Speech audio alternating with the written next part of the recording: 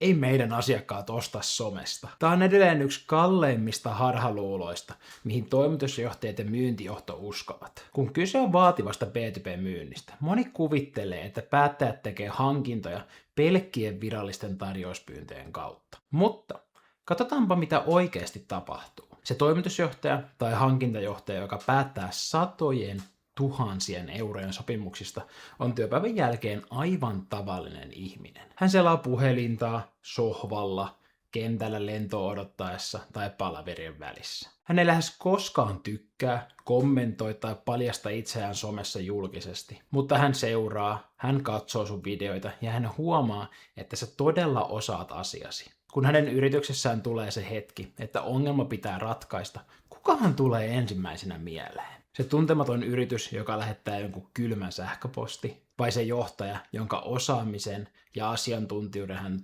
todennut omilla silmillä jo ihan sen kuukauden ajan. Kun sä oot valmiiksi tuttu kasvo, myyntitapaaminen ei ala sillä, että sä alat todistelemaan sun omaa osaamistasi. Se alkaa suoraan siitä, miten ja milloin yhteistyö aloitetaan.